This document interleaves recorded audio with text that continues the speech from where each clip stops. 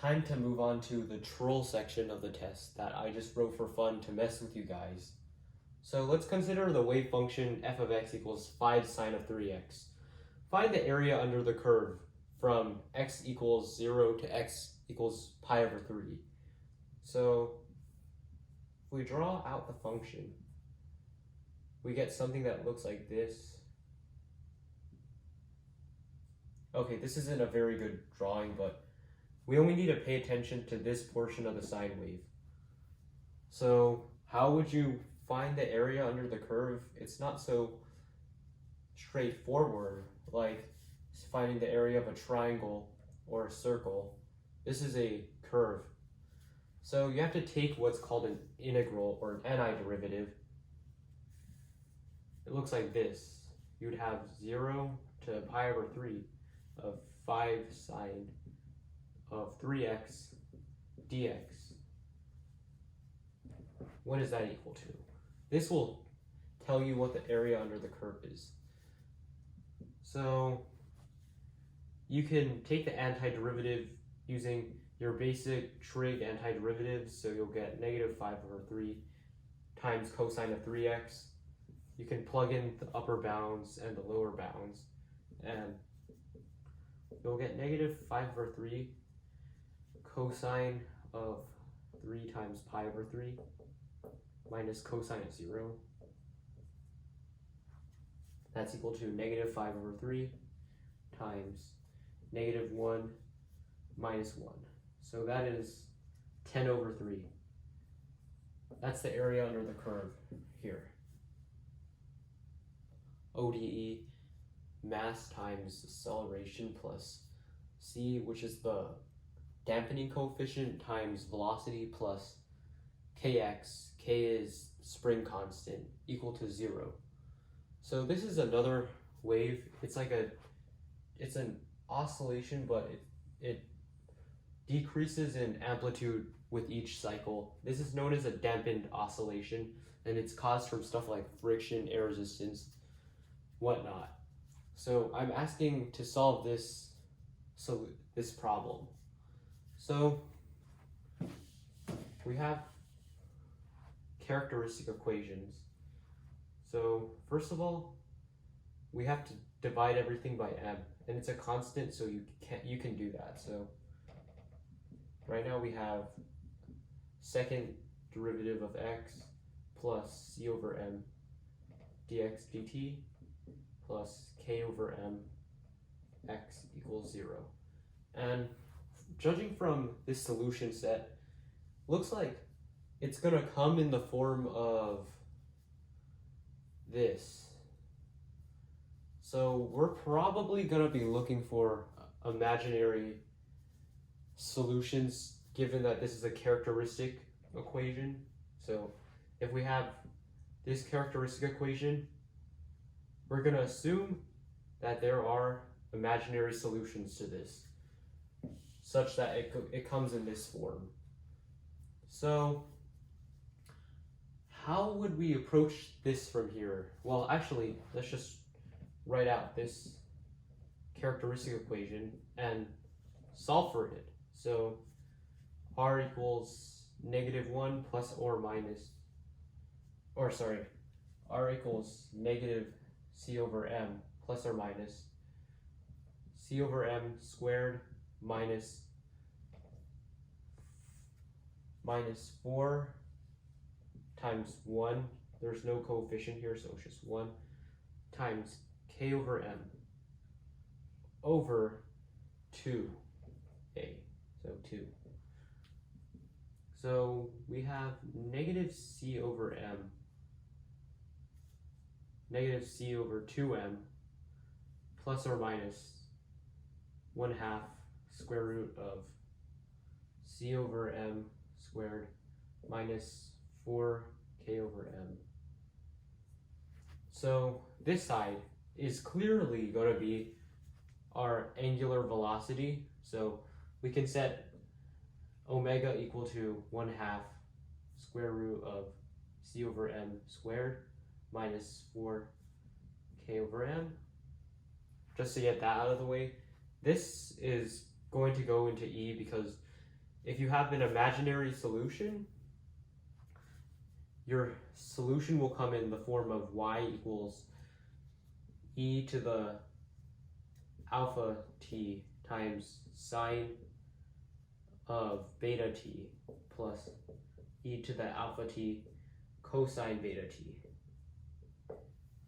So you can just plug it all in, so then that we would get x of t is equal to alpha, or e to the alpha, which is negative c over 2m, times t times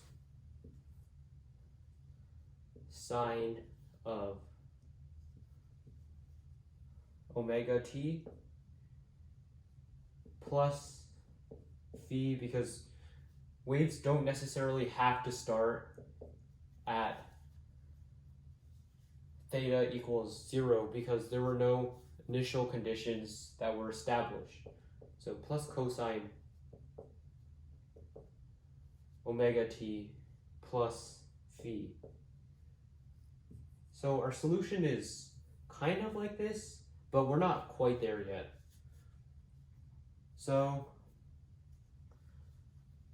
if you use trig identities to add these two up, you can basically get a solution that looks like D. And another reason is that if you look at an actual dampened oscillation, there doesn't necessarily have to be both a sine and a cosine term, so you can pretty much just cancel out one of them. Usually you need to have a starting amplitude, so sine should be out because sine starts at 0.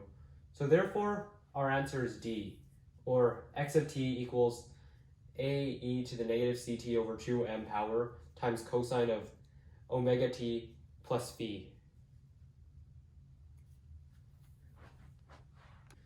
Use the Riemann-Cauchy integral formula to solve for closed line integral of e to the positive 2z power over z minus 2i squared.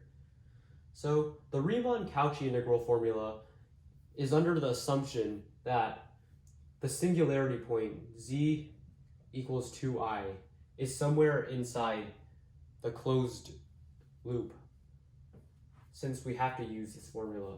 If the assumptions are not there, then it'll just equal 0. So the formula is this: closed line integral of f of z dz. Oh yeah, I forgot dz. Don't forget your dz's. Okay, so is equal to integral of f of z dz over z minus z singularity to the n plus 1 power. That's equal to, oh wait, yeah, there's this term, n factorial over 2 pi I. That's equal to the nth derivative of f at the singularity point.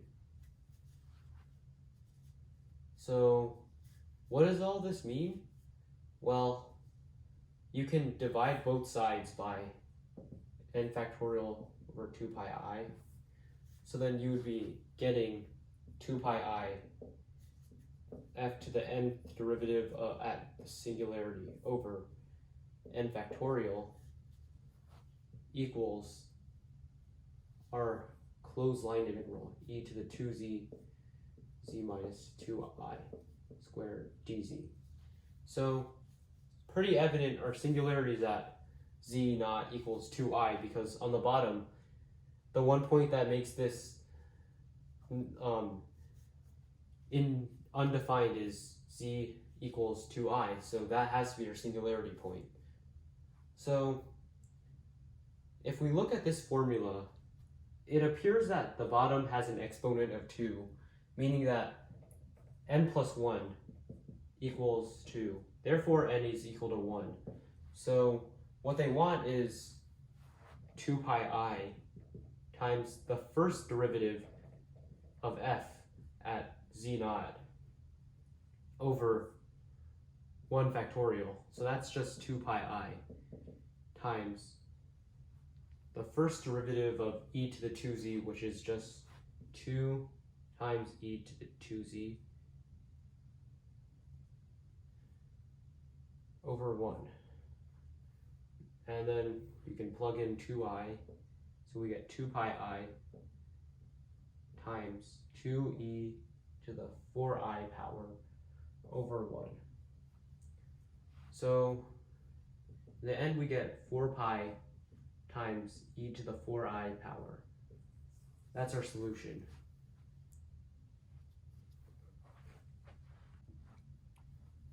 Okay, number 19. Let's use Fourier analysis to solve the wave equation. And I'm not talking about the simple v equals lambda f wave equation. I'm talking about the partial differential equation right here, which I won't read out, but I'll show you how to solve it. So, where to start? Well, Fourier analysis is a very vague term, so basically you can choose any Fourier analysis related method. You're not limited to one, so I'll just choose the simplest method to get a simple solution. It doesn't get any specific solutions, but it'll count for points. So let's just say that we have a solution of this equals to a of t cosine of kx. So we can plug this into both sides to get something. So on the left side we get negative k squared a of t cosine of kx. And on the right side we have 1 over v squared. Then we can just ignore the cosine kx because we're not differentiating with respect to x. We have a double prime with respect to t. So now we can multiply both sides by v squared. So now we'll have negative v squared, k squared a of t cosine kx. We can cancel the cosine kx's on both sides. So now we're left with a double prime is equal to negative v squared k squared of a of t. And now we're left with a pretty straightforward differential equation.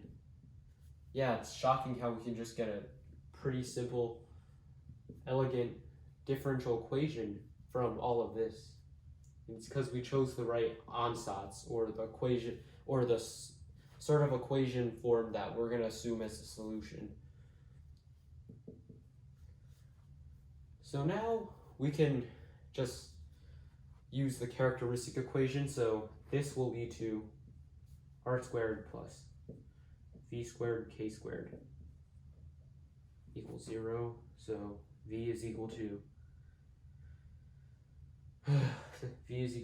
I, or plus or minus I times vk. So our solution form will end up being this trident looking Greek symbol is equal to, well, this is all with respect to t, so e to the e to the 0t power times sine of vkt plus e to the 0t cosine of vkt, or sine of vkt plus cosine of vkt. And that pretty much is a general solution to our problem. Of course there's constants, so it's not just that, there's going to be alpha sine of vkt type, or plus beta cosine vkt, but that's pretty much it.